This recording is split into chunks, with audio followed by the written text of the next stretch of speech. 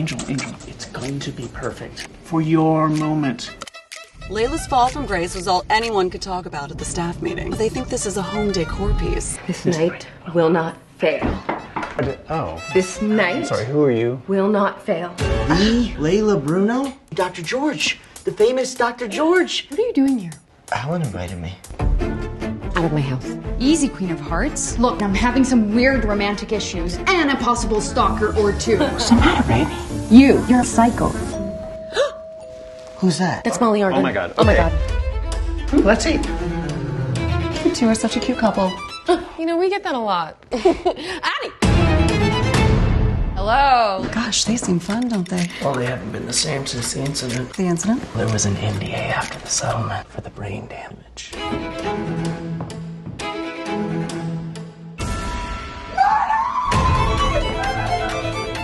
Is Helen okay? Helen is dead. What?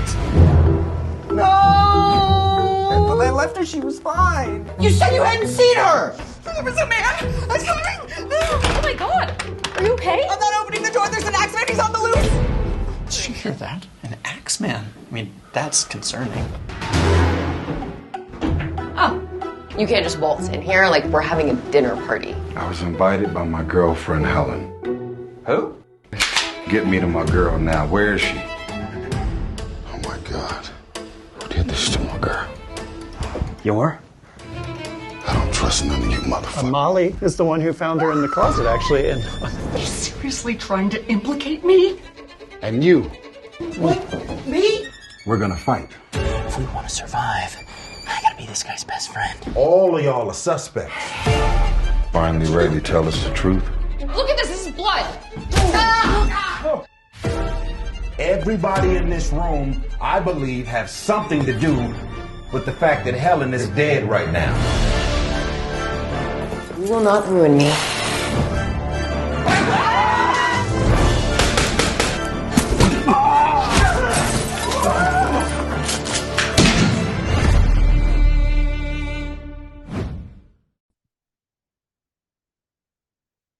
Ladies and gentlemen, boys and girls, children of all ages, we're back here again, as we were last year, talking to Kay, Asher Levin, about his new movie, Helen's Dead.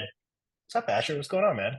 Hey, man, well, it's about that time. It's just about Halloween, which means I have another movie coming out. Yeah, and it's another movie starring Emil Hirsch, and here we go. It's another movie starring Emil Hirsch, along with quite a large cast this time, different than Dig. Very long sort of murderer's row of performers. And it's quite a cast here. I mean, let's talk about this. You got Matilda Lutz, who's an incredible Italian actress from Revenge and all that. Beth Dover, who's hilarious. Tyrese is in this thing. Like, you got everybody in here. How did you compile this smorgasbord of talent that you got here? I'm super lucky. I guess I'll just start there. I was super lucky. There was a great material. Amy Brown Carver wrote the script. She's a young emerging voice. I'm working with her again on something else. I worked with her on it, and we got it out to some people to look at. Emil signed on pretty early. He really wanted to do something funny, and so this was something that made sense for him. And then everybody else just sort of fell into play. Tyrese was awesome. I'm working with him on something else soon. He's super cool and really was like, I remember he showed up in town and I sat down with him and he's like, I've never done anything like this before. I'm like, I know. He's like, I'm so excited to try something new here. I'm just gonna, lead, tell me what to do and how to do this. It's the first and kind of only ever like true indie, like quirky comedy he's ever done. So, it was great to have him to sort of sign off on that. And once we had Emil and Tyrese, it was pretty easy for me to just put whoever I wanted in the movie. Matilda, like you mentioned, I was blown away by her performance in Revenge, and just fell in love with her. And she's such a unique performer, and made total sense in that role. And then Dylan was someone that I had admired forever. It was one of those, things where my producers, wanted me to go for kind of like bigger names first. And so I chose names I knew I couldn't get. I'm just being honest. I haven't said this on any other thing. All because I really just wanted Dylan. So we did 2 other people that I knew I couldn't get, and I lowballed the offers and just fucked it up to make sure that I wouldn't get them. And then I was like, hey guys, what about Dylan? Like, she'd be great. And they're like, well, you have Tyrese and Emil, you go for it. So we got Dylan, which I thought was just so huge. And then everybody else sort of fell into play. Annabelle's someone that I know through my wife, and Beth is someone I've always loved, and I know some people who know her really well. Brian, I produced a movie that Brian was in. He's so funny. And Oliver is like the best. He's just supernova. So suddenly we had our whole cast, and it was like from the call sheet, it's like everybody was basically at the same level. It was really awesome. It was a great experience. I love that. And for those who aren't familiar with the movie Helen's Dead, can you fill them in on what exactly all these kooky characters are getting themselves into here? Yeah, it's a pretty, I would say, untraditionally traditional screwball mystery comedy. Most screwball mystery comedies aren't very traditional anyways, so it sort of fits in the pocket of that entire subgenre, dating all the way back to like Preston Sturges movies, and then through some of the 60s and 70s sort of zany mystery stuff that some of the sort of more well-known filmmakers did into the 80s with like After Hours and Risky Business and movies like that, and then obviously through the 90s with like Very Bad Things and The Sweetest Thing and some sort of those kind of dark weird comedies, and then Knives Out really helped to get this movie made because it's a big movie that made a ton of money that has a lot of these elements in it. So the movie is about a girl named Addie. We open on her a breakout with her boyfriend Emil, Emil's character Adam, who's the worst fucking boyfriend ever. And she finds out that he's cheating on her with her cousin Helen, and so she goes to confront Helen at Helen's half sister's dinner party, sort of in a fancy house, and she shows up, and instead of finding Helen to confront, everyone finds Helen dead in the bathroom. And so now everybody's sort of pointing fingers at who killed Helen. And really it's a comedy about our society today and our apathetic sort of millennial society, where everybody cares more about what people think about them than actual things happening in the world. In this case, a dead body on the ground. So the dead body, can signify a lot of things. We're currently in, a situation where there's war going on. There's strikes happening. People are unemployed. There's just, it's a really tough time for a lot of people out there. And yet, what we mostly see on social media is like, Travis Kelce and Taylor Swift dating in their news. And that's sort of emblematic of the kind of, thematics in this film. We live in we've created these vacuums for us where we can sort of fall into tunnels of just bullshit stories that hide us from the stuff that's really happening, and it disaffects us, And so, that's sort of the dark comedy of this film, is really how people today would react at a dinner party with a dead body in a bathroom, and yeah. I love that. And, I'm going to tell you a story here. When I was a kid, we had a VCR, but we only had a few VHS tapes, right? And one of them was a movie called Once Upon a Crime, which is a whodunit from 1992, directed by Eugene Levy. Yeah. This gives me those vibes a little bit. Yeah, sure. I love that movie. It's a great one. Yeah. Yeah. Those movies, those sort of zany screwball kind of mystery things that we had in, the 90s, a lot of, were really defining, especially for me, with this movie and our taste in general. All of us, we watched a lot of, that era had some similarities to where we're going through now, with regards to, there was so much stuff to be scared of in the world that we stopped caring about everything because what's the fucking use? And back then it was, there's aid, there's, well, Middle East now too, but Middle East, there's that we didn't trust our politicians, all the stuff is the same stuff that we're dealing with now, and there was not a lot of hope out there as Americans specifically. And I think that, we've gone through now 6 years really of this in our life, starting right before COVID and all the way through, not to get political, but, that's where we are. We're in a world where basically since the late term of Obama, we've been in this sort of cycle of, okay, what's the terrible shit that's going to happen today, right? And we're so desensitized now to it that we're like, we just want to turn it off. We just want to ignore it and just concentrate on stupid shit all the time. And I think that breeds a really dangerous sort of way of thinking. And we're looking at it now. We see it all the time, and it's scary out there. And I think that a lot of this movie reflects on, that kind of culture, where they obviously, the second they saw the dead body, they should have called the cops and not tried to pretend that they were detectives, but they're all just have their own shit, out of 8 people at a party, not one of them actually goes and calls the cops. I mean, and it's for so long that they all end up getting killed, right? And there's a film that came out this summer called Bodies, Bodies, Bodies that dealt with a lot of similarities with this movie. I know, it's a lot more sort of hip A24 version of it.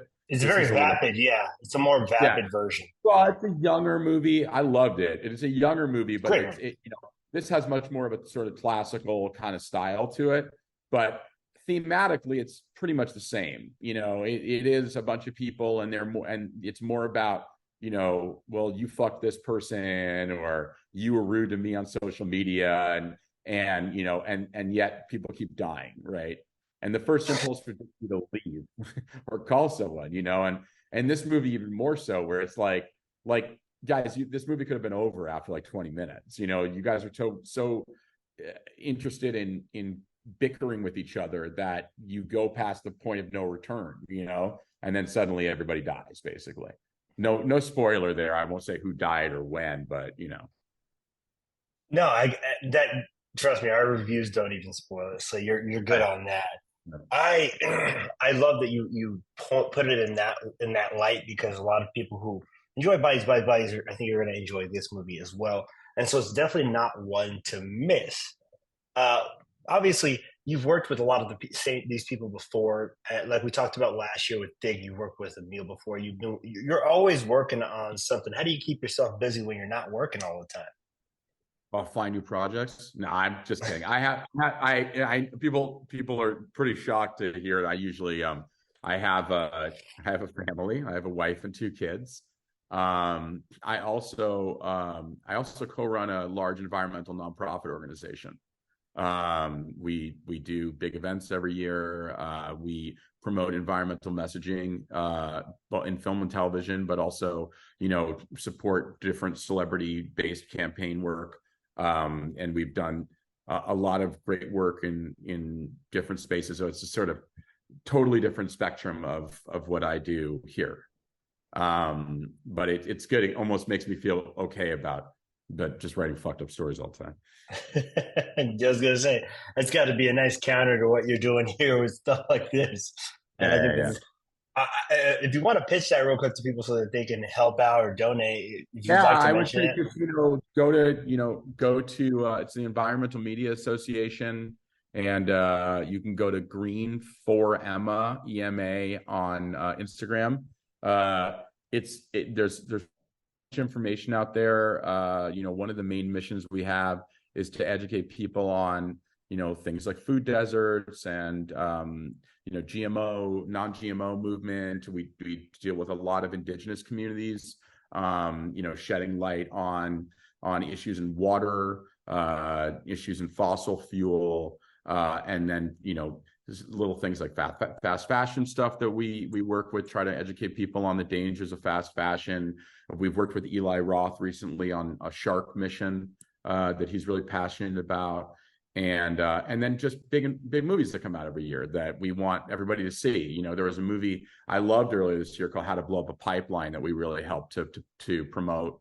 Fantastic movie by Daniel Goldhaber, who made a movie called Canva for that. It's fucking awesome. He's doing a remake of Faces of Death now. You know, the usual suspects is Avatar, stuff like that. I mean, like, you know, those kind of movies. But I always like to champion stuff that's a little bit on the fringes too, and really promote it.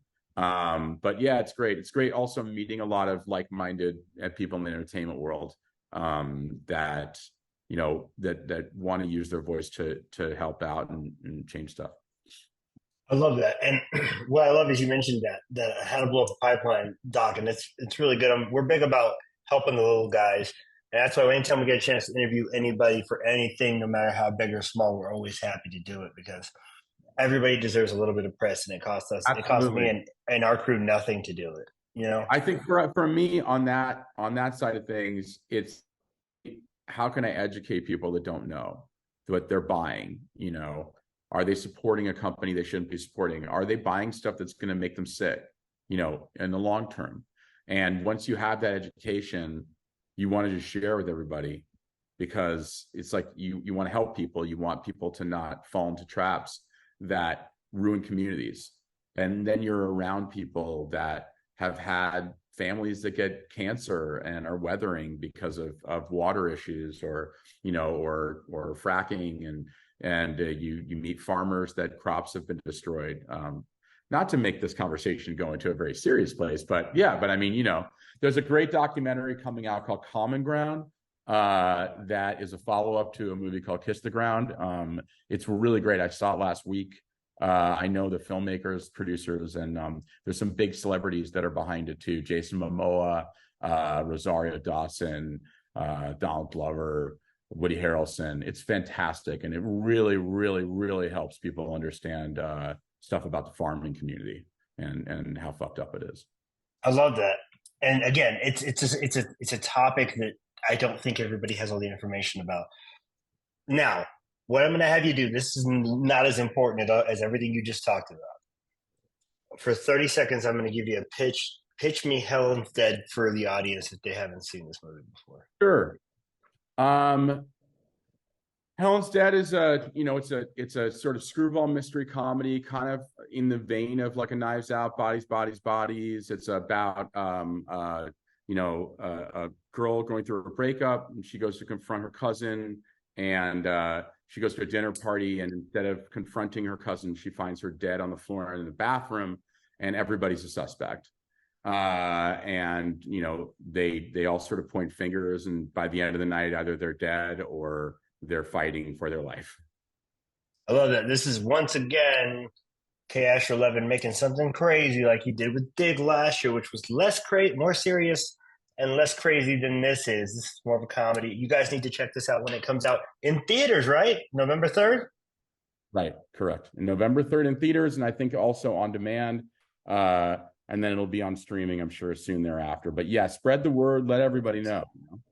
Nice. It's day and date on November 3rd, 2013. Make sure you guys check this out. Make sure you check out all of Asher Levin's other work, too, because he's a prolific filmmaker. He's always doing stuff. Slayers, The Shadow Diaries, Cougars Inc. He's got a lot of stuff that he's working on or worked on as both producer and director. Thank you once again, Asher, for taking time out of your day to talk to me yet again. No problem. Thank you so much, man. Hey, I appreciate you for Film Snob Reviews. This has been Asher Levin and Will here with Film Snob. We're going to talk to you next time, Ash. We'll see you then. Talk to you later.